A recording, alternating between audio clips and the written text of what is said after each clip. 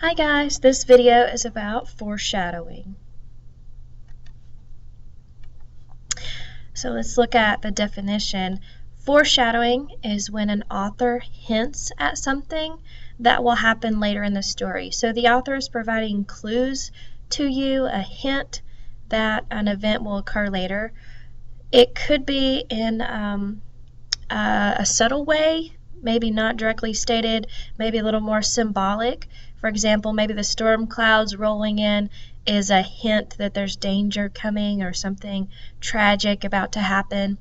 It could be a little more clear, a little more obvious. A parent's warning about being home on time at the beginning of the story could indicate that there might be a problem with the child being late or running into something about being on time. So you really just have to pay attention and to see clearly and look closely at what hints are being provided by the author.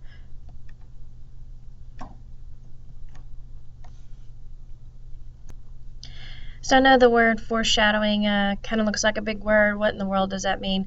But it really does have morphology to it that will help you understand the word. So let's break it apart. So fore means ahead, like before. And then a shadow is like a glimpse of something, but you don't really get to see the complete details. So when shadows are cast on the moon from the earth, you can see part of the earth depending on what time of the month it is. And so here in the example, you can see the picture I have down here of the moon, and the shadow is being cast, so you're not able to see the complete details. So that's kind of what foreshadowing is in a book. It's before something happens, ahead before it happens, there are shadows that are hints provided by the author that something might be happening, but you really don't understand it fully. You don't have the complete details. You just kind of have a feeling that there's something going to happen. Let's look at Little Red Riding Hood, a familiar story to most of you probably. So once upon a time, there was a little girl who lived with her mother. Her mother asked her to take her old and lonely grandmother some food one day. "Don't stop along the way. Go straight to your grandmother's house and back. Don't talk to any strangers, and watch out for the wolf in the woods. Now get along." So in this case, this is the very beginning of the story, and you can see here that the author has provided a hint, a foreshadowing clue. So the foreshadowing would be this underlined part here. Don't stop along the way. Go straight to your grandmother's house. Don't talk to strangers. So it's kind of hinting at there's going to be a problem along the way, on our way to your grandmother's house, and probably dealing with some sort of a stranger. This is the foreshadowing part. So like I said, the first set of underlined words is the example of foreshadowing. Little Red Riding Hood's mother is warning her about the wolf in the woods, which hints at what may happen next. And if you know the end of the story, that's exactly what happens. She runs into the wolf along the way, and so on and so forth. Let's talk about false clues, though. Sometimes authors are putting in clues at the beginning to lead the reader in the wrong direction, mislead the reader. And it keeps you on the edge as a reader. It is the purpose of building suspense.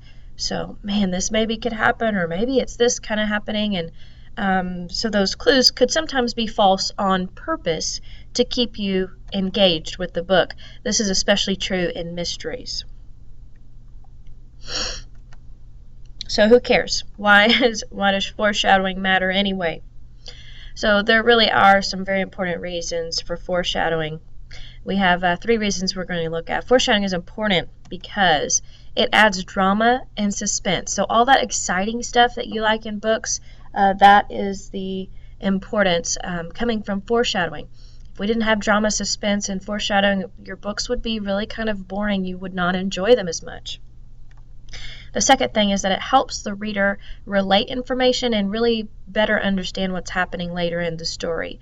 You are kind of prepared because you've had those hints along the way, so when it happens, you're like, oh my gosh, I knew that was going to happen. And so that, like I said in the third one, it prepares you for those events. You're like, I knew it. I knew that was going to happen. Well, you knew it because there were some foreshadowing clues and hints along the way that you were paying careful attention to. Those were provided by the author to the reader. Let's look at Charlotte's Web. I'm hoping most of you are familiar with this. We're going to take a look here at a video clip. This is the very beginning of the movie Charlotte's Web, but it can really illustrate our point here. So we're going to take a look at this.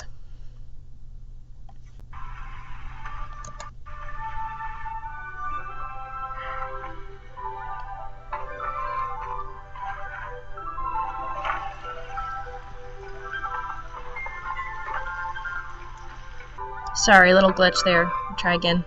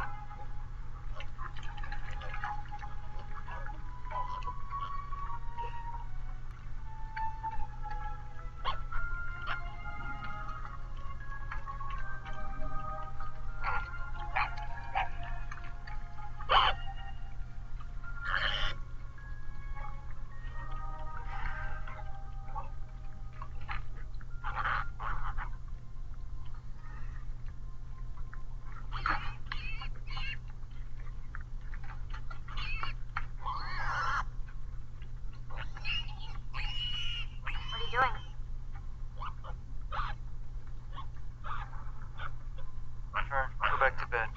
You're not gonna kill it, are you? It's a run. Now go back to bed.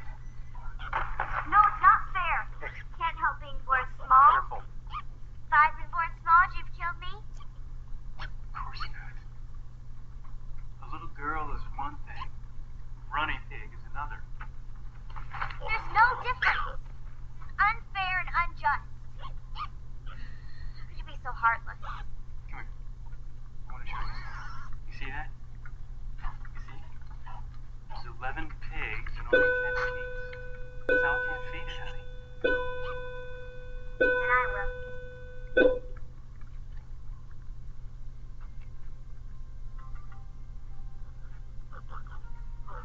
Feed you. Take care of you. But absolutely will not let you kill it.